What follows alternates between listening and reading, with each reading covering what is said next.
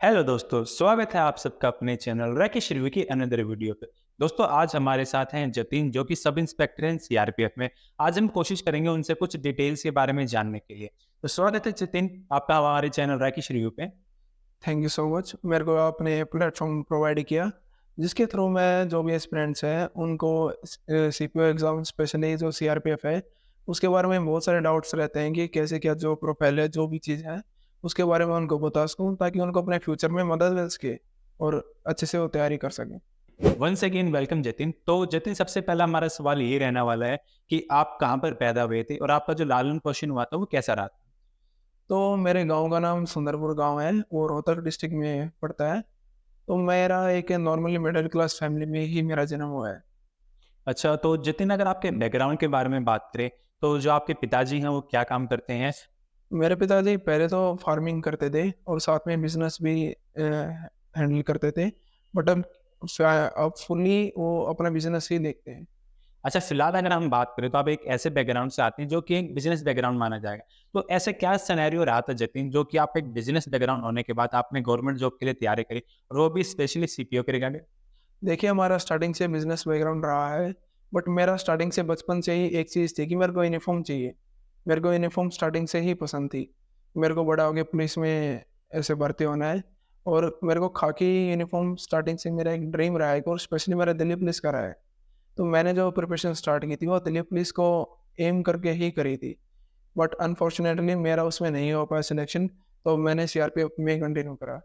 अच्छा, मतलब आप चाहते थे दिल्ली पुलिस में जाना लेकिन किसी कारणवश आप सीपीओ में जो सीआरपीएफ में गए और वहाँ पे संतुष्ट हैं। अच्छा जतिन, अगर हम आगे बात करें तो जो आपका जो क्वालिफिकेशन रही है वो क्या रही है? मैंने अपनी 12th साइंस से की है और उसके बाद मैंने दिल्ली यूनिवर्सिटी में देशबंधु कॉलेज है उसमें एडमिशन लिया और मेरा वहाँ पे स्ट्रीम था इंडस्ट्रियल केमिस्ट्री। तो मैंने उससे अपने 3 साल अपनी ग्रेजुएशन कंप्लीट की और उसके बाद 1 साल का ड्रॉप लिया जो जब मैं तैयारी कर रहा था। फिर उसके साथ-साथ मैंने सोचा, मेरे फ्रेंड्स ने भी एनकरेज किया, हम साथ में हमने फिर 2 साल की बीएड भी कंप्लीट करी मैंने। अच्छा, मतलब आपने बीएड भी करी, आप टीचिंग के साइड भी जाना चाहते थे, लेकिन फाइनली आप क्या सीआरपीएफ के हैं। अच्छा जतिन, ये सारी चीज़ें तो आपके नॉर्मल बैकग्राउंड की होगी। अब जैसे कि आप जानते हैं कि इतना कॉम्पिटिटिव एग्ज़ाम रहता है, जहाँ पे लाखों लोग फॉर्म भरते हैं और उसमें से काफ़ी फ्यू कैंडिडेट्स ही ऐसे रहने वाले हैं जिनका सिलेक्शन होता है। तो ऐसी कौन-सी आपकी स्ट्रैटेजी रही थी? कौन से आपने कोचिंग इंस्टीट्यूट से अपनी तैयारी करी थी? और इसके साथ आपने कौन से वो सिनेरियो रहते हैं, कौन से यूट्यूब वाले अगर आपका सोर्स मटेरियल बोले जिसको आपको पढ़ के आपने सिलेक्शन किया, आप हमारे व्यूअर्स को बताना चाहेंगे? हाँ जी, जैसे कि इसमें 4 सब्जेक्ट आते हैं सीपीओ एग्ज़ाम में, मैथ, रीज़निंग, इंग्लिश और जीएस। अच्छा, ये प्री की बात कर ये रहे हैं। प्री की बात कर रहा हूँ मैं। तो जैसे मैंने मैथ की स्टार्टिंग से कोचिंग अभिनय शर्मा सर से ली है, तो मैथ के बहुत बढ़िया टीचर माने जाते हैं। तो मैंने उनका स्पेशल बैच लिया था और वो ऑनलाइन लिया था मैंने। अच्छा। क्योंकि मैं प्रेफ़र एक बार मैंने स्टार्टिंग में ग्रेजुएशन टाइम पे मैंने 5-6 महीने ऑफ़लाइन बैच लेके देखा था। बट मेरे को उसमें आना-जाना और ये ट्रैवलिंग का थोड़ा टाइम वेस्ट लगता था मेरे को, वो चीज़। तो मैंने प्रेफ़र किया कि मैं उसमें ऑनलाइन लेके मैं अपने एक जगह बैठ के वहीं पढ़ सकूँ, फिर उसके बाद अपनी सेल्फ स्टडी भी कर सकूँ। अच्छा, मतलब इस तरीके से आपने जो अपना ट्रैवलिंग का टाइम रहा था वो बचा लिया था। हाँ, उस तरीके से बचा लिया। क्योंकि ऑफ़लाइन क्लासेस में क्या है कि सर एक ही हॉल में पढ़ाते हैं। बाकी में तो प्रोजेक्टर पे ही पढ़ना पड़ता है। वो भी एक तरीके से ऑनलाइन ही क्लास हुई। तो फिर मैंने सोचा कि ट्रैवलिंग में ही क्यों टाइम वेस्ट करना। अच्छा, तो उससे अच्छा सेल्फ स्टडी ही कर लूँ मैं। ये तो बात होगी मैथ की। मैथ के अलावा आपने इंग्लिश जिस जो इस एग्ज़ाम की मेन लीड रहने वाली है, क्योंकि मेंस के अंदर भी 200 नंबर की सिर्फ़ इंग्लिश का ही आपको पेपर देखने को मिलता है और प्री के अंदर भी इससे काफ़ी अच्छी-खासी वेटेज होती है। तो प्री और मेंस के लिए आपने इंग्लिश के लिए कहाँ से तैयारी करी थी? जैसा कि आप जानते हैं कि सीपीयू एग्ज़ाम में इंग्लिश सबसे ज़्यादा वेटेज रखता है। 250 नंबर का रखता है आउट ऑफ 400। तो इंग्लिश के लिए मैंने प्रेफ़र किया था गोपाल वर्मा सर, क्योंकि मेरे उस टाइम पे गोपाल वर्मा सर ही एक बहुत बढ़िया टीचर माने जाते थे और साथ में नीतू सिंह भी थी। जी। तो जैसा कि मेरे फ्रेंड्स हैं, दीदी और भाई हैं, उन सब ने मेरे को गाइड किया कि जो गोपाल वर्मा सर हैं, उनको ही अच्छे टीचर हैं। उस टाइम पे बहुत बढ़िया उनका एक था और अच्छा। अब भी है। तो मैंने उनके ही सपोर्ट से फिर उनकी ही गाइडलाइन से मैंने गोपाल वर्मा सर का ऑनलाइन बैच लिया, जो कि करियर मिल पर आता है और ये कोई प्रमोशनल वाली चीज़ नहीं है। मतलब ये वो वाली चीज़ें हैं जो कि जो आपने खुद मैंने ने जो की मैंने हैं। खुद ने की है, मैं अपना पर्सनल एक्सपीरियंस शेयर कर रहा हूँ उससे। मतलब हमारे व्यूअर्स को ये जानना ज़रूरी है कि आज के टाइम पे बहुत सारे ऐसे टीचर्स आपको मिल जाएँगे, लेकिन जो इन्होंने तैयारी करी है उनके बारे में बता रहे हैं। आपका हो सकता है किसी और टीचर से ये सारी चीज़ें आजकल बहुत ज़्यादा अच्छे समझ में आएँ। आजकल बहुत सारे टीचर सर, रानी मैम है, नीतू सिंह आज भी हैं, गोपाल वर्मा सर है, जयदीप सर हैं।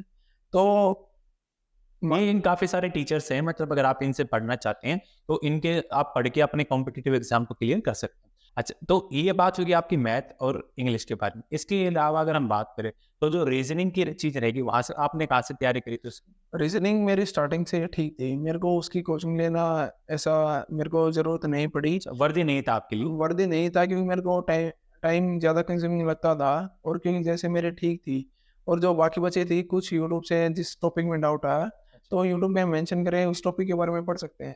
हाँ, मतलब अगर काफ़ी सारे लोग ऐसे हैं, अगर उनका रीज़निंग ठीक रहती है, तो वो यूट्यूब से आप नॉर्मल वीडियोज़ देख के भी कर सकते हैं। और ऊपर से जब मॉक देते हैं तो उसमें प्रैक्टिस होता रहता है। तो ये आपको मॉक में से भी काफ़ी सारी चीज़ों की आपकी प्रैक्टिस देखने को मिल जाती है। अच्छा, ये चीज़ें तो होगी आपकी रीज़निंग की। इसके अलावा आपकी जो जीएस वाली सिचुएशन थी, उसमें आपने कहाँ से तैयारी की थी? देखिए, जो जीएस का पोर्शन रहा है, मेरा एक दिलीप पुलिस ना मिलने का सबसे बड़ा रीज़न एक ये भी रहा है कि मैंने जीएस पे ज़्यादा फोकस किया नहीं। अच्छा। मैंने मैथ, इंग्लिश और रीज़निंग सब पे ज़्यादा फोकस किया। तो मेरी कहीं न कहीं बहुत ज़्यादा कमी रही मेरे जीएस में, और जो भी पढ़ी मैंने, वो मैंने नोशन से ही पढ़ा, और एनसीईआरटी पढ़ी थी हिस्ट्री की, तो मैंने इतना ज़्यादा फोकस नहीं किया था उस पे। और आज का जो दौर चल रहा है, उसमें जो अगर दिलीप पुलिस अगर लेनी है किसी को, तो जीएस पे फोकस करना पड़ेगा।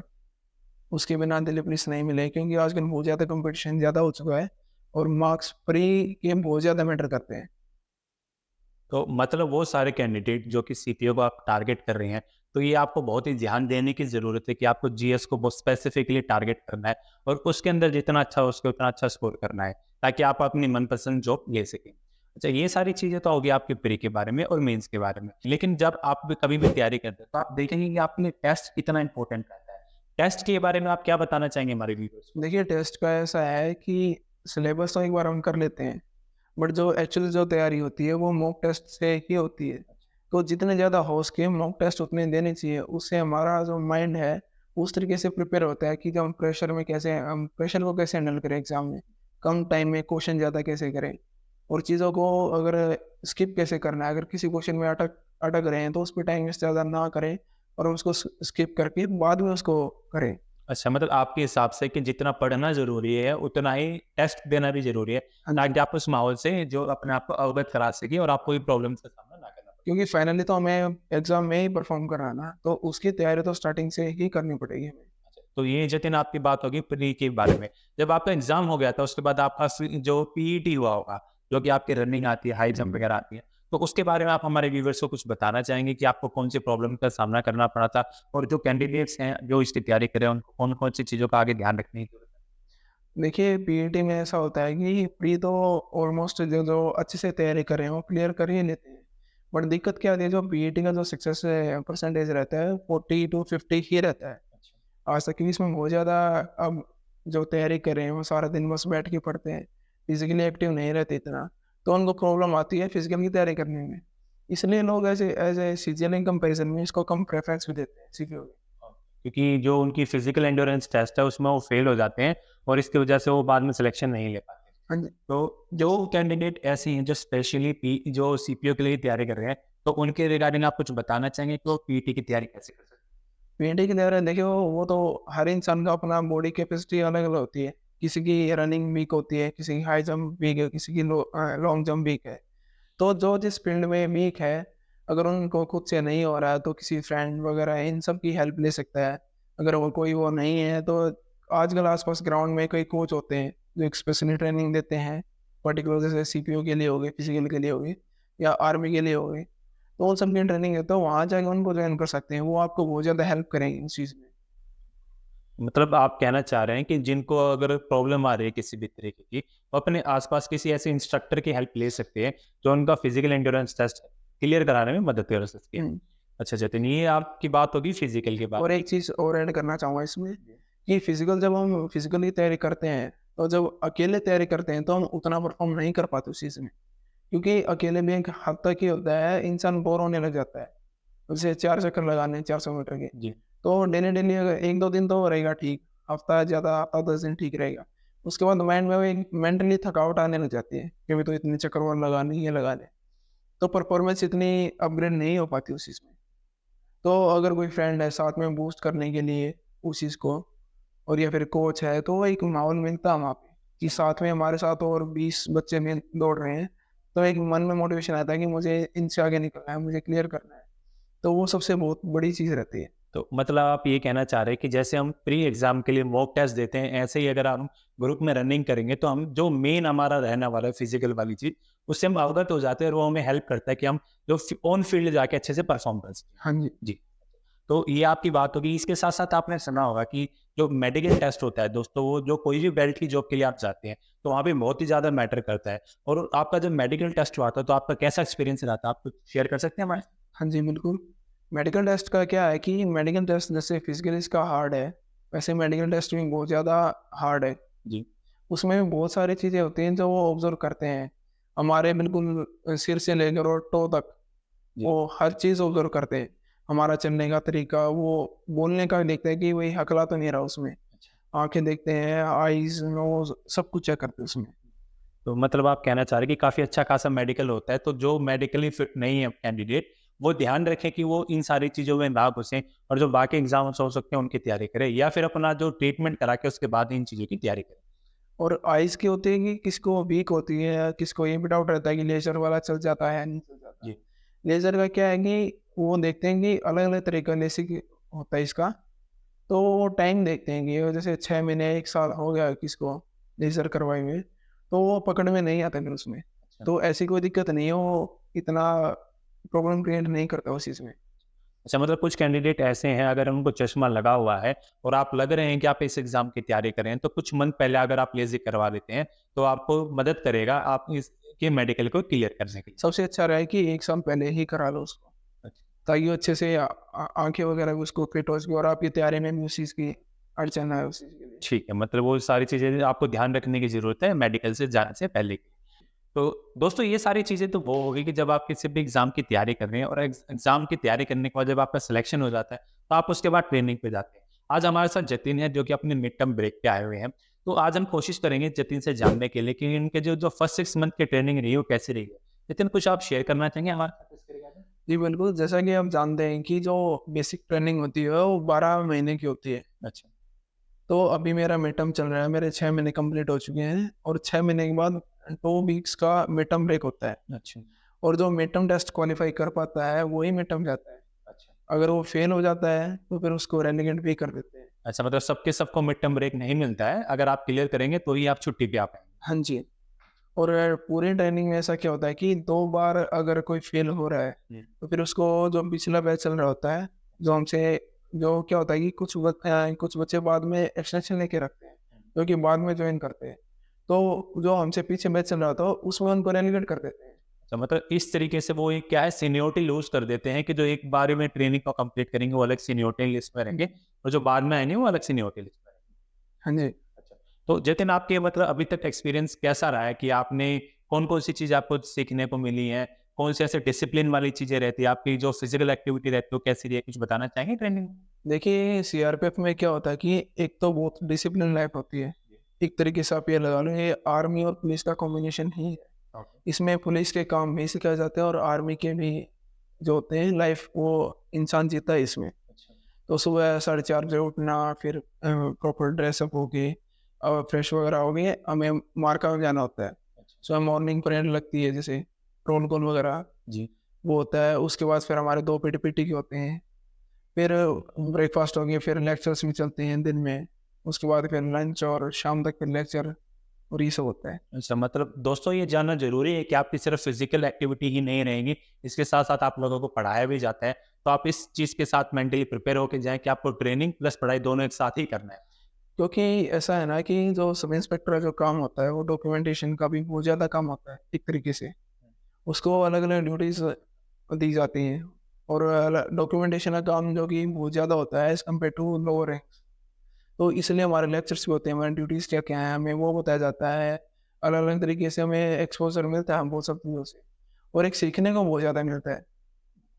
तो ये तो होगी आपकी ट्रेनिंग की बात की। अगर आपके हम प्रमोशन एस्पेक्ट्स की बात करें जो कि सीआरपीएफ एग्ज़ाम के अंदर होते हैं, वो कौन-सी रहने वाली हैं? प्रमोशन ऐसा है कि हमारा जैसे सीआरपीएफ में 4 से 3 टू 5 ईयर्स के अंदर हम हमारे इंस्पेक्टर में प्रमोशन हो जाएगा। ओके। और प्रमोशन के लिए फील्ड वर्क जो फील्ड पोस्टिंग होती है वो ज़रूरी होती है। तो स्टार्टिंग में जब ये हमारी पोस्टिंग होती है, हमारी फील्ड पोस्टिंग ये होती है जिसे हम हार्ड पोस्टिंग भी बोल सकते हैं। ओके। जैसे छत्तीसगढ़ है, झारखंड, जे-एंड-के, नॉर्थ ईस्ट है। तो इन सब में जो पोस्टिंग पहले 3 साल ऑलमोस्ट वही ही होती है 99%। मतलब आप दोस्तों आपको ये जानना ज़रूरी है कि आप जब 3 साल की फील्ड पोस्टिंग कर लेंगे, उसके बाद ही आपका एग्ज़ाम में प्रमोशन होएगा और उसके बाद ही आप सब इंस्पेक्टर से इंस्पेक्टर बन पाएँगे। तो 3 साल की हार्ड पोस्टिंग काफ़ी अनिवार्य हो जाती है। तो अगर हम बात करें जतिन, ये तो होगी आपकी प्रमोशन एस्पेक्ट की बात में। अगर आपकी सैलरी स्ट्रक्चर के बारे में बात करें, तो आपको कितना पे स्केल का सैलरी मिल रही है? सैलरी जैसे कि हम 4200 ग्रेड पे हमने जॉइन किया था इसमें सीआरपीएफ में। जी। तो बेसिक पे और डीए वगैरह तो मिल गए, डिसेंट सी सैलरी मिल जाती है हमें इसमें। अच्छा, मतलब एक डिसेंट सैलरी अगर आपका बेसिक पे 35,000 के आसपास है, तो आप ओवरऑल लमसम में कह सकते हैं कि 50 से 55,000 के बीच में आपको सैलरी मिल रही होगी। हाँ जी, बिल्कुल। मतलब दोस्तों आप लोगों के लिए जानना ज़रूरी है कि 50 से 55,000 की सैलरी इनको ट्रेनिंग फेज़ में मिल रही है। बाद में जो कि अब इनकी ट्रेनिंग कंप्लीट हो जाएगी, तो उसके बाद ज़रूर बढ़ने वाली है।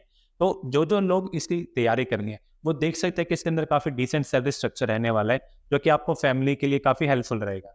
अच्छा जतिन, इन सारी चीज़ को लेके कि आपको सीपीओ एग्ज़ाम की तैयारी करनी है, वो कौन-सी मोटिवेशन रही थी, जिसने आपको इतना मोटिवेट किया कि आज आप हमारे साथ यहाँ तक पहुँच पाए हैं? मोटिवेशन तो सबसे बड़ा था बेरोज़गारी, अच्छा। और उसके ऊपर से होता है सोसाइटी का प्रेशर। जी। सोसाइटी का प्रेशर इनडायरेक्टली होता है कि वो पेरेंट्स को बोलते हैं कि तुम्हारे बच्चे का कुछ हुआ, या फिर हमारे पड़ोस में गाँव में किसी और की सरकारी नौकरी लगती है, हुँ। तो उसका प्रेशर भी इनडायरेक्टली वो हम पर ही आता है।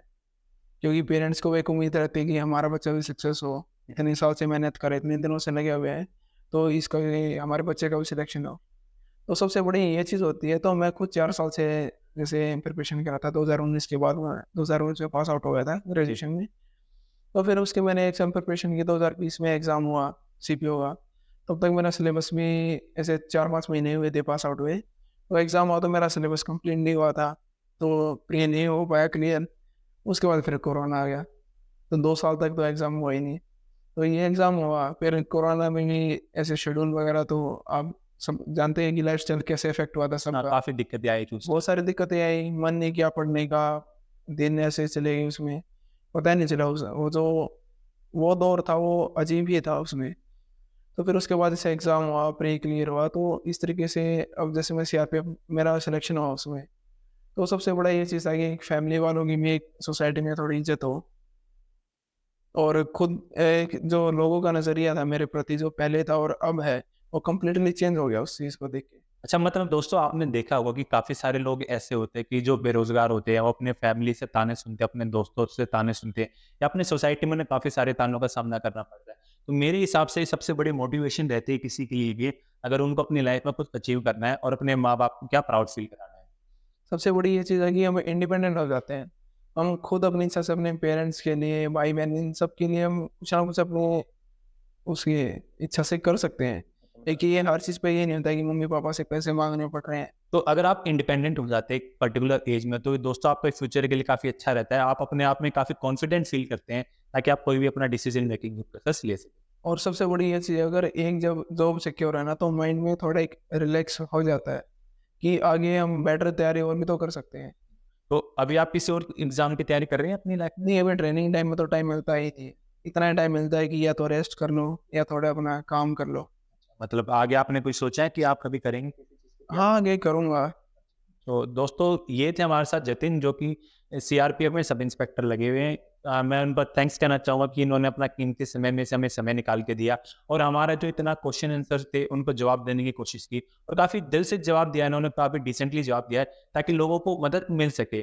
कल को अगर कोई भी ऐसा कैंडिडेट है जो कि सीआरपीएफ के लिए या सीपीओ के लिए आना चाहता है, तो वो इन सारी चीज़ों को ध्यान में रख के अगर तैयारी करता है, तो मुझे उम्मीद है कि उसको काफ़ी मदद मिलेगी। दोस्तों ऐसे ही फ्यूचर में और भी काफ़ी सारे इंटरव्यूज़ अपनी इस सीरीज़ के अंदर लेके आ रहा हूँ, जिसके अंदर मैं आपको बताऊँगा कि कौन-कौन सी ऐसी जॉब प्रोफ़ाइल रहती है, उन जॉब प्रोफ़ाइल के लिए उन्होंने कैसी प्रिपरेशन करी है, कौन-सी ऐसी क्वालिफ़िकेशन रिक्वायरमेंट है, जॉब लगने के बाद उनको क्या-क्या करना पड़ता है। ऐसे सारे क्वेश्चंस को मैं कवर करूँगा ऐसे और वीडियोज़ के अंदर। अगर आप लोगों में से किसी का कोई डाउट रहता है या ऐसे कोई क्वेरी हो, तो आप मुझे कमेंट करके पूछ सकते हैं और मेरे चैनल को सब्सक्राइब कर सकते हैं ताकि फ्यूचर में आने वाली आप मेरी सभी वीडियोज़ को देख सकें। मिलते हैं इसी के साथ आप लोगों से अगले वीडियो में। अच्छा जतिन, धन्यवाद। थैंक यू सर, आपने ऑल मुझे द मौका बेस्ट दिया। आपके फ्यूचर के लिए। उम्मीद करते हैं आप हमारे देश सेवा के लिए बहुत अच्छा योगदान देंगे। बिल्कुल सर, अच्छा दोस्तों, thank you. Take care, bye.